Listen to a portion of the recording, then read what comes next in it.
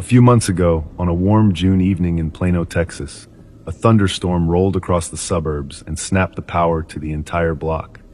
Streetlights flickered out, house alarms chirped, and every home sat in sudden darkness except for the silver flashes of lightning. I was alone with my 8-month-old daughter, Dessa. My husband, David, was driving back from a late shift at the hospital and was still 40 minutes away. I lit 2 candles on the kitchen counter and turned the baby monitor screen toward me. Dessa slept soundly in her crib upstairs, her tiny chest rising and falling in the faint night vision glow. I checked the time, 9:18 p.m., and decided to wait out the outage. Half the neighborhood had already gathered on front porches, calling across the street to compare notes. A few generators hummed in the distance. At 9:32 p.m., a firm knock hit my front door. I grabbed a flashlight and opened it a crack.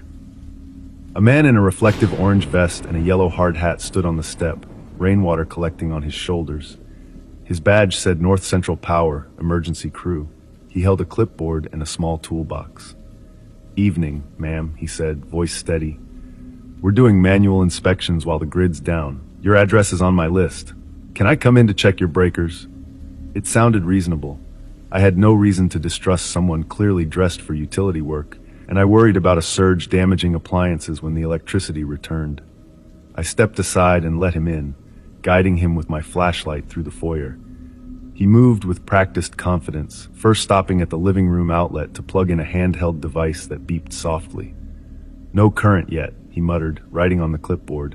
"Where's your main panel?"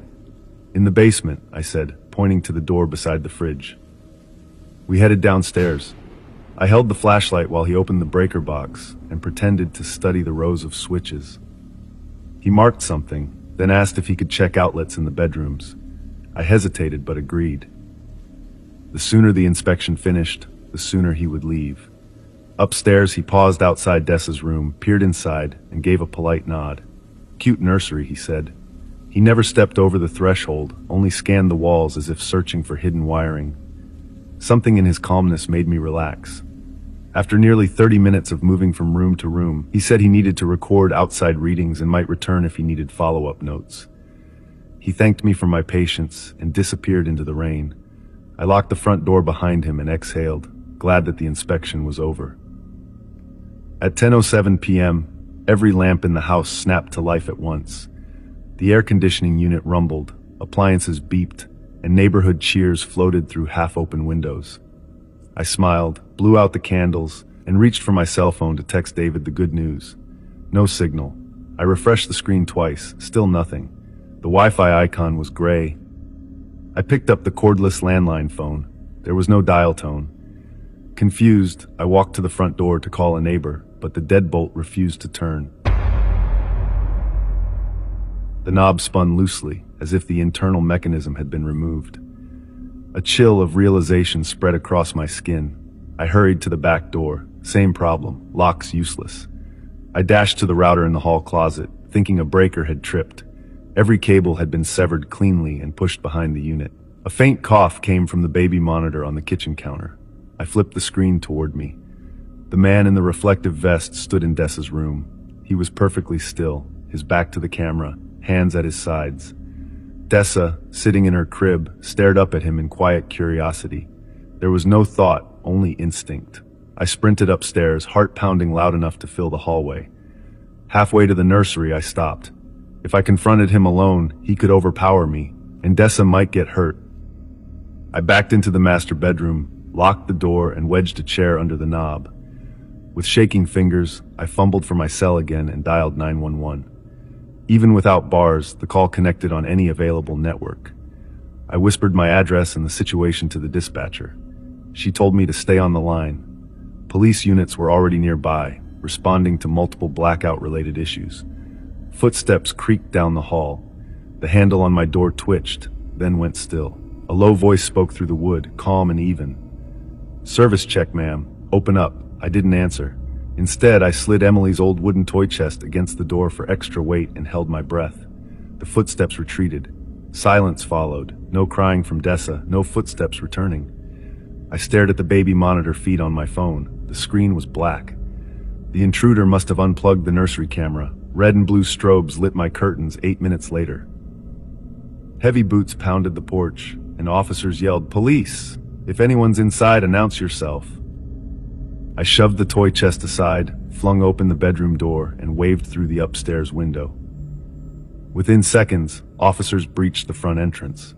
They swept every room. Dessa's crib was empty, but the attacker was gone too. A window in the nursery was pushed up, its screen cut clean across. Officers found tire tracks in the wet grass behind the fence, leading to the alley. In the living room, the drawer where we kept spare keys, passports, and emergency cash was open and empty. David's laptop and my jewelry box were missing.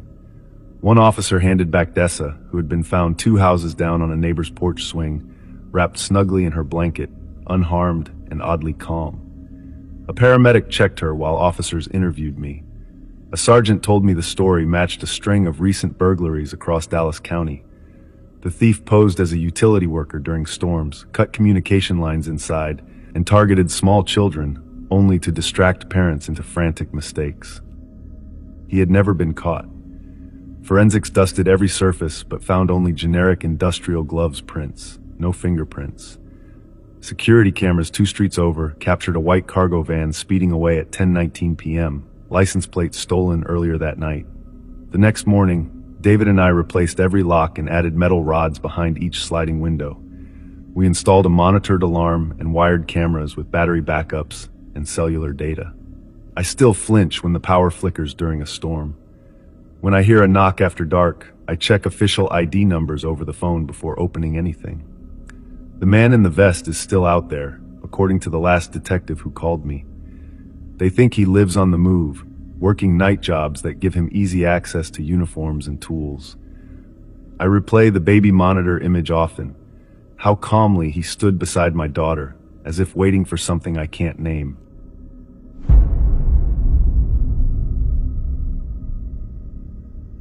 A heavy summer storm rolled over my city just after sunset, and the power died with a loud pop from the street transformer.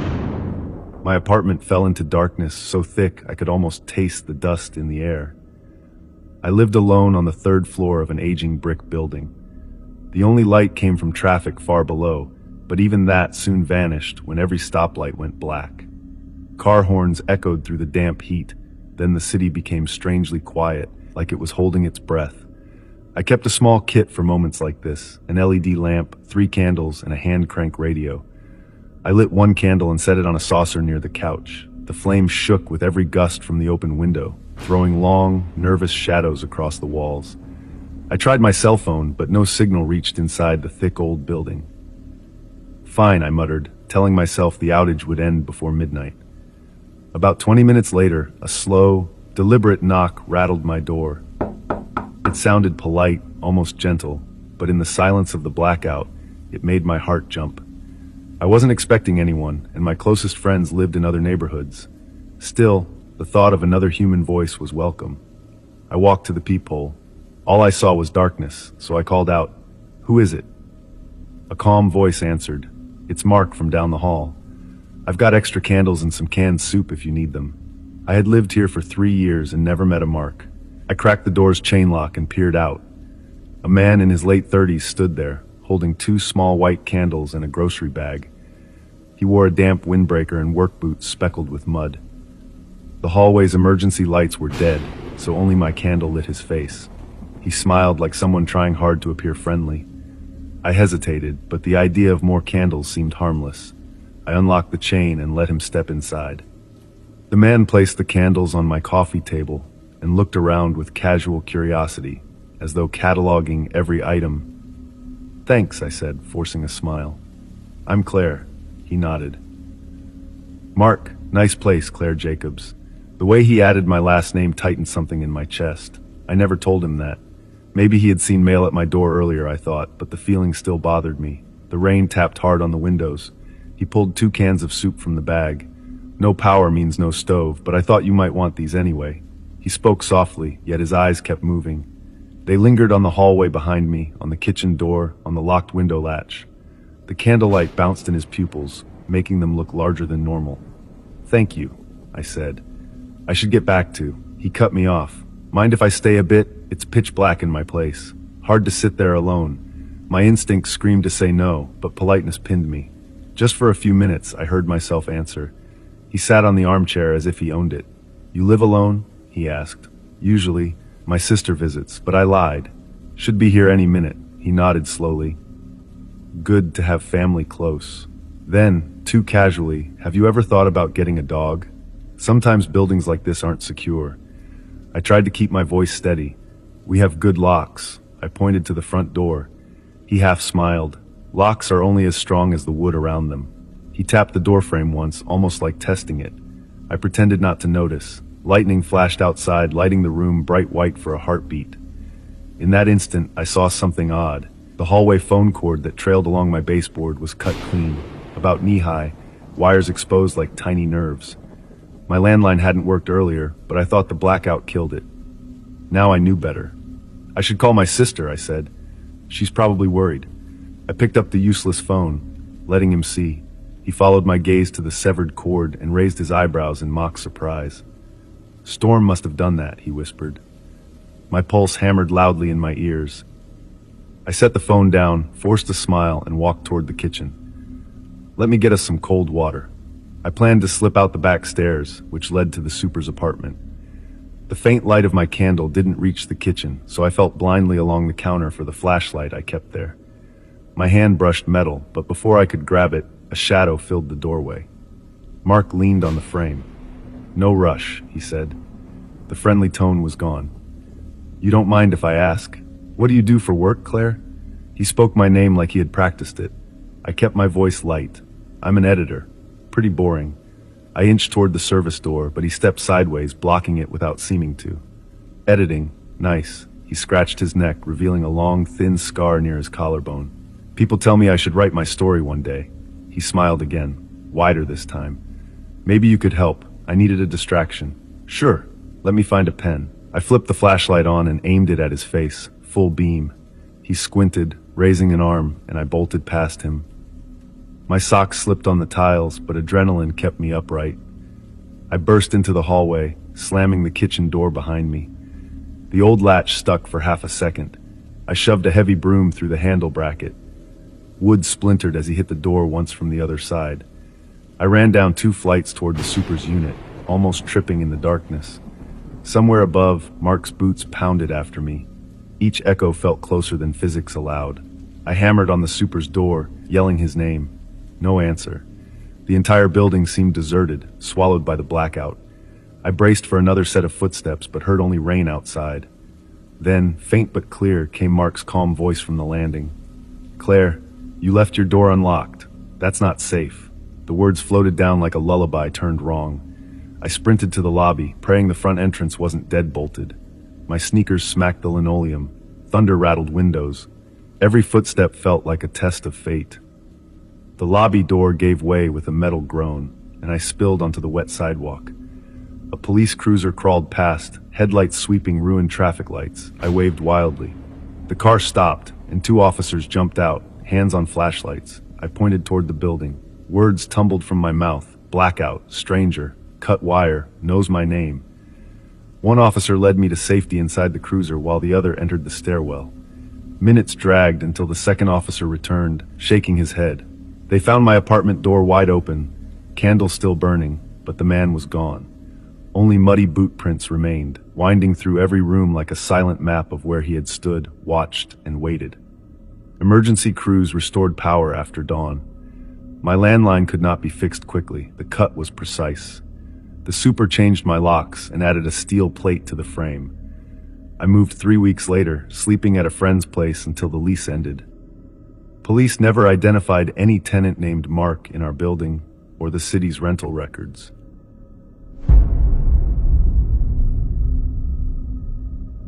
A few hours past midnight, I was the only nurse on duty in our tiny rural clinic. We serve 3 farming towns, so nights are usually quiet. The building has 6 rooms, a small emergency bay, and 1 long hallway that ends at an exit leading to the gravel parking lot. Outside, the wind pushed against the metal roof, rattling the loose sheet metal panels we keep meaning to replace. The generator test earlier that week had passed, so when the overhead fluorescents blinked off at 2:07 a.m., I did not panic. The red exit signs glowed, and a soft hum rose as the diesel generator came online. I checked the vitals of my 3 patients by flashlight. Mr. Rawlings recovering from gallbladder surgery, Mrs. Ibrahim with pneumonia on oxygen, and Carl, a teenager who had rolled his ATV and needed hourly neurochecks. All stable. 10 minutes later, the hum quit mid-note, leaving a silence so heavy it felt physical. The lights died. Only the faint green of the battery monitor on Mrs. Ibrahim's oxygen concentrator remained. I felt my pulse thump in my ears. I knew the oxygen tank could last a while, but I needed power back fast. I grabbed the big flashlight from the supply closet and stepped into the hallway. My boots clicked on the linoleum. Halfway to the generator room, I saw movement at the far end, near the emergency exit. The beam of my flashlight caught a hospital gown swaying. A man walked steadily toward the door, profile lit by the dim exit sign. He looked like Henry Webb, a stroke patient who died on Monday. Same gray hair sticking up, same narrow shoulders. I froze. The light shook in my hand, and for a second I thought lack of sleep was tricking me. The figure reached the push bar, paused, and vanished into darkness when my light flashed off the glossy door pane. I forced myself to breathe. Henry was gone and buried. I had attended the brief service myself. Maybe a confused visitor? But visiting hours ended at 10, and the doors lock automatically at 11. I hurried to the nurse's station and picked up the landline. No dial tone. Cell service is spotty here, but I tried my phone anyway. 0 bars. The clinic's internet router has its battery. Its indicator light was dead. Something had cut all communications. A bang echoed from outside, followed by a voice muffled by the door. "Anna, it's me. Let me in." I didn't recognize the calm, almost gentle tone, but it used my first name. Another bang, slower this time, like a polite knock from heavy knuckles. "Anna, I brought what you asked for. I hadn't asked anyone for anything." I backed away until my shoulder hit the med cabinet. Through the hallway window, I could see only emptiness and the faint outline of the service porch in moonlight. The voice came again, closer to the door's seams. "I know you're alone. Open up." I checked on my patients, still sleeping. I rolled Mrs. Ibrahim's spare oxygen tank closer to her bed and secured the valve. If someone cut the outside power, they might be able to get inside too. I locked every patient room door from the hallway side, pocketed the keys, and crept back toward the generator. The maintenance closet smelled of diesel, but the air carried a sharper odor, like spilled fuel. My light found the generator's fuel line hanging severed, sliced clean. On the floor lay a pair of trauma shears from our supply. Whoever did this knew exactly where to cut. Footsteps clicked behind me. I spun and flashed the light down the hall. Nothing. But a low metallic scrape drifted from the direction of the exit, as if someone dragged something heavy across the tiles. I remembered Henry Webb again, how he had stored his walker in a closet after he passed. My heart hammered, but training pushed me forward. I grabbed the emergency toolbox, knelt, and clamped the line. I primed the generator manually. The starter coughed twice, caught, and the hallway lights flickered to life. For a moment, relief warmed me. Then every alarm on the central monitor lit up crimson. All 3 patient doors stood wide open. I was sure I had locked them. Mrs. Ibrahim's oxygen hose lay on the floor, still hissing. Mr. Rawlings' IV pole was tipped over. Carl's bed was empty. A soft shuffle came from the shadowed end of the corridor. Carl appeared, eyes wide, hands bound behind him with gauze. Behind him walked the man in the hospital gown. Henry's face, but his eyes alert, living. He held the boy's shoulder and smiled at me like an old friend. "I'm inside now, Anna," he said, voice matching the one from the door. "You left the side entrance unlatched yesterday when the delivery came. Remember? I did, one careless moment in daylight." "I need supplies," he continued, steering Carl forward. "Scalpels, sutures, antibiotics. You'll pack them, and then we'll go. The roads are closed, but I have a way out." I stepped back into the supply closet, grasped the only weapon at hand, a heavy oxygen cylinder. His smile faded, but he didn't slow. The overhead bulbs buzzed, threatening to die again. "You belonged to me once," he murmured, almost kind. "Back when you signed that death certificate without looking closer." Henry Webb had died of a fentanyl overdose, ruled accidental. I'd recorded the dose, short-staffed and rushing. Had I miscounted? Carl whimpered. The man's grip tightened. The power blinked, my light cycled off, and the hallway dropped into darkness. I swung the cylinder toward the sound, felt it connect with something solid, and heard a gasp and a clatter. Carl yelled, then silence. When the lights returned, the hallway was empty except for a smear of fresh blood leading to the emergency exit. The door hung ajar even though its magnetic lock needed power to release. The power was on again. Outside, gravel crunched, then nothing but the wind. Police arrived an hour later after I finally caught a cell signal by climbing onto the roof. They found the cut fuel line, footprints, and the blood trail that ended at tire tracks heading toward the river road, but no sign of the intruder or Carl. My 3 patients are gone. The official report says they were taken, the motive unknown. I quit nursing that morning, but every night when the lights flicker, I hear a calm voice whisper my name, reminding me that some mistakes don't stay buried, even when the power is